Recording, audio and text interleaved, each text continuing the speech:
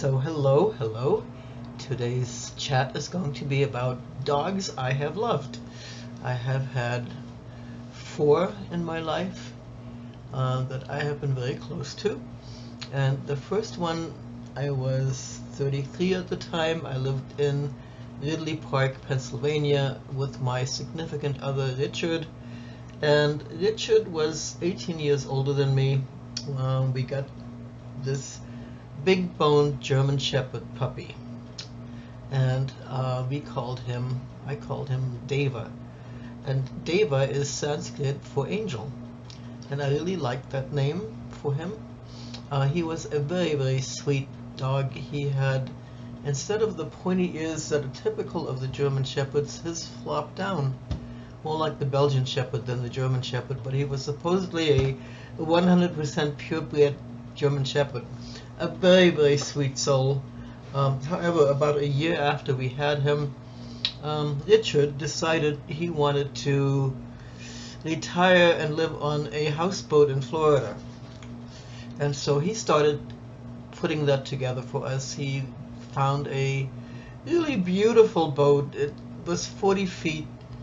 It had two double beds down below, two bathrooms, a full-size kitchen, a flying bridge up above. It was a very nice boat, but I could not imagine subjecting a German Shepherd to a 40-foot boat to live on. I just didn't think it was right. And at the time I had a friend, Ian. Ian was a Dutch man. He lived in a mansion with his mom, his sister's girlfriend, in a beautiful old, I don't know, 50-room house with stone walls. The stone walls were this thick. It was an amazing place. And his wife had left him, and he was very morose and depressed, and I think a bit suicidal. So I asked him if he would like to have Deva, because I was not going to have a dog that size subjected to life on a boat. And he said he would love to have Deva, and Deva kind of saved his life, I think. Brought him out of the depression, gave him something to love, a daily exercise, walking Deva. But he had a sister named Ava, and so they didn't like the name Deva and Ava, so they named the dog Dylan. And about a year later, after Richard and I got done with our boat stuff, I ended up living with Ian and his family in that mansion for a summer with Stefan, and nobody was happier about this than my dog. I mean, he was so happy to see me in his life again, but it wasn't going to be permanent. He ended up moving back to Holland with the Dutch family and living to the age of 17 and a half, and that's really a long life for a German Shepherd, especially as big as he was. And the next time that I had dogs again, it was in 1988. I had bought a 10-acre piece of land in the Ortiz Mountains outside the towns of Cerrillos and Madrid in New Mexico, and I had caused a 30-foot long mobile sportsman travel trailer to be hauled onto the land to live in. And I mean, this was so remote. There was no cell phones, there was no Wi-Fi, there was no road, actually, no telephone, no heat, no electric, no water. But I thought it would be nice to have some dogs living there with me. And I had a friend who built a nice doghouse. So I went to the local animal shelter, and I ended up with Sheba and a stray whom I decided to name Deva again because I loved the name so much. But I realized this Deva, he probably was not going to live very long. He was such a glutton. If I was giving out love, he had to be right there. If I was petting Sheba, he had to get right in between me and Sheba. If I was feeding her, he had to have the food first. And I mean, I realized because of his gluttony, he probably would not have a very long life, but I decided he would have a happy life. And his little tail was off, slightly askew. He may have been hit as a puppy. I'm not sure how that happened. Anyway, he was like maybe 70% German Shepherd. Floppy ears also, purple spots on his tongue, not great teeth. But he was a very happy creature. And I brought them up there, and now the woman that at the shelter had said, now make sure you know, have a proper enclosure for them, because if you don't, they're just going to want to run back to wherever they came from. And I didn't believe her. I did not believe her. And furthermore, I did not want to lock these dogs up when I had the side of a mountain for them to run around in, far away from highways. So I did not create any fencing for them. And I spent that first weekend after I'd gotten them, I spent with them up there on the mesa. And then Monday I went to work, and my work was 45 minutes away in Santa Fe, quite a distance. I came home around 5, and there were no dogs. And I thought, damn, was that woman right at the shelter, she, you know, telling me that I had to fence them? And I thought, oh God, what have I done? What have I done? Have I caused these animals to come into danger now? But they came home. They came home about an hour later. They arrived, and they would routinely do some, I guess, exploring is what they did, because they would be gone hours, sometimes an entire day. But they always came home for their dinner and to sleep in this very nice doghouse with lots of fresh straw. And the other dog, Sheba, was a female with also a shepherd, probably, in her case, probably like 90% shepherd. And one of her front legs was just a little bit sore, I guess. So whenever they would come home, he would come home before her by about 5, sometimes even 10 minutes. And I got used to that pattern. Also, she had been brought into the shelter and given up because she had killed a neighbor's cat. So I had that to concern myself with up there. But they stayed outdoors, and one evening she came home and he didn't. And I did my psychic tentacles searching for him, and I felt like, oh, he's over there. He's over there. I can't quite tell how far he is, but he's. And then I said, I saw it looked like he had been hit by a snake, by a rattler. And so I waited for a considerable amount of time, but fell asleep before he came home. And then in the morning, I used to get up and leave pretty early in the morning so that I would get into town by 6, where I would have my shower and my walk around the Fort Marcy complex and meet a friend for breakfast often. So in the morning, I went out, and he was in the doghouse with his 2 legs out flat in front of him. And I thought I had seen him get hit in the shoulder, but I didn't see anything wrong with his shoulder. And in the dark, he looked fine. His legs out in front of him, he looked okay. And so I left for work, and I thought, well, you were just unduly anxious. You imagined that he had been hit by a rattlesnake. So I got into my day. I went to work. I came home, and normally when I would come home, they would run to the car to greet me. And Deva, you know, always the first one, had to have the first pets, had to have the first hugs, had to have the first kibbles, right? And he was laying on a little mound. He raised his head and looked when I came, but he didn't get up. So I thought, oh shit. And I went over there, and it turned out that he had been bitten by a rattlesnake, but in his back leg. And because I had not taken him in the morning, because I thought he was fine, it had gotten a lot worse. And so I immediately put him in my car, went back into town, took him to Smith Vet, And then early the next morning, they opened at 7. I got there about 6:45, and he had just died. He had just died. So what I expected to happen basically happened with Deva, because he would eat anything. He would try to eat anything. There were times that both of these dogs managed to find porcupines, and they did it over and over and over, and there was no way. And I mean, they would come home, they would have their little muzzles just full of porcupine quills. It was so painful to look at, up into their noses. I mean, ugh. And I would throw them in the car. They'd go down to Smith Vet in Santa Fe, and they had to be, put down for a little while so that the dogs could take those needles out of them. And it was expensive to have that done for 2 dogs every other week, is what it felt like. But that was Deva. And then Sheba, she managed to live until she was 14, and when I had gotten her, she was about 2. So she was with me for a little bit over 12 years.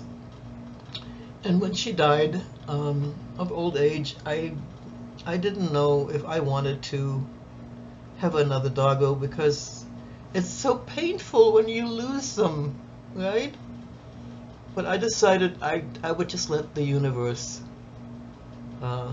let me know whether I should have another dog or not. I wasn't going to do anything about it. I was not going to be proactive.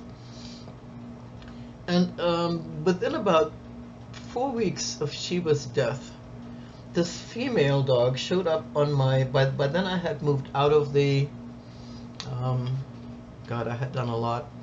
I had sold the 10 acres, I had moved to Florida, I had learned to sail, I had written a children's book. All this to get away from the casinos, because I had gotten myself addicted to them, and there weren't any in Florida. They had boats that went offshore that had gambling machines on them, which I was never tempted to do, because I could not imagine a fate worse than being an addicted gambler out on a boat at sea and having no money to gamble with, but having to watch all these other people until the boat takes you back to shore. So I was never tempted to gamble in Florida. Anyway, I was back in New Mexico. I had bought my casita. I was working on fixing that up. Sheba had been gone 5 weeks, maybe 6 weeks, when this female showed up. And I still had kibbles from Sheba. I still had cans, and I had her collar. And this dog that showed up kept coming day after day after day. So I'm using the kibbles, I'm using the cans, and pretty soon I'm going out and buying more kibbles and more canned food. And then I'm noticing this doggo, she's getting wider in the middle. I'm thinking, oh, this is a mama dog here, with no collar, no chip, nothing. So I put Sheba's collar around her with a note. Whoever this dog belongs to, if you don't want it, let me know. And it turned out that she had been left with a girl a couple of miles up the road from me. She had told the girl that the woman who owned the dog had told this girl that she had been spayed, and that she was coming back for her in a few weeks. Well, the dog hadn't been neutered, and the woman who had left her there never came back for her. But it turned out, and I called this dog Foxy Sable. She was so fast. She was such a fast dog. It turned out she gave birth to a litter of 9 puppies, and she gave birth to them under the cabin of the other woman where she had been staying. And so I went up there with food for her because she couldn't leave the puppies. And then when the puppies were older, she had brought them out from underneath that cabin where she had them, and there were 9 of them, and 8 of them were like in a little pyramid. It was really cold. It was like February sometime, and one little puppy was off by itself, a little charcoal colored little devil, all by himself, shivering away all by himself. And I thought, looks like me. All of my cohorts are in houses in town, with running water and lots of this and lots of that, conveniences, And here I am out in the boonies in this casita, which needed a lot of work to make it really pleasant to live in. So I decided that had to be the dog for me, because he reminded me so much of myself, right? This little lone guy. And so when he was about 8 weeks old, I brought him home, and his mama was still spending time with some of the other puppies, so she would go back and forth, and he would try to accompany her. Well, in the beginning, I created a little fence area for him with chicken wire, and that did not work. He scaled the chicken wire, and I was afraid he was going to castrate himself doing that. So I realized he had been born free. He wanted to be free, and the mesa up there was perhaps the last place in that part of New Mexico where dogs still could be free. Although there were dangers up there too. There were mountain lions, there were bears, there were cattle roaming, and lots of snakes, including rattlesnakes, and of course coyotes. So it was not, the mesa was not without its danger for a puppy. But I decided that I was not going to keep him fenced, and he had lived with me for a week when his mother came home without him. And I had given him the name Tashi, which is Tibetan. It's a Tibetan word for good, great fortune. He was going to be my lucky dog. So Tashi is missing. He's now 9 weeks old, maybe 10 weeks old. And again, I'm saying, oh, how could I have not realized, how could I not have built something strong enough or high enough to contain him? What's wrong with me? This is going to lead to his death. I was really upset with myself. I could not sleep. And then at about 2 in the morning, I heard this little whimper outside the door. And there he was, my little Tashi, my baby Tashi. What a smart dog to have found his way back from wherever he had gotten detached from his mother. If she saw a bunny, she was like that, and she was so fast. She was like, you could hardly even see her, she was so fast. So he found his way back, and he lived out there with me for about 11 years before I bought that beautiful house in town on Gonzales, where I had all those flowers up on the deck. And my biggest worry in doing that move was I was worried about Tashi, because he would no longer be able to roam freely. He was going to be, cooped up. He was going to go to the office with me. He was going to be walking on a leash for the first time in his life, actually. And I thought it might break his heart. But it didn't. He learned to be with me, although one day he jumped the fence while I was miles and miles away doing some work in another town. And I got a call that he was at the doggy hooskow. So I asked my friend Betty to go and rescue him from that. But Tashi, he was such a soulful animal. He was half shepherd, maybe half wolf. There was some mix in there. He was a beautiful, beautiful looking dog.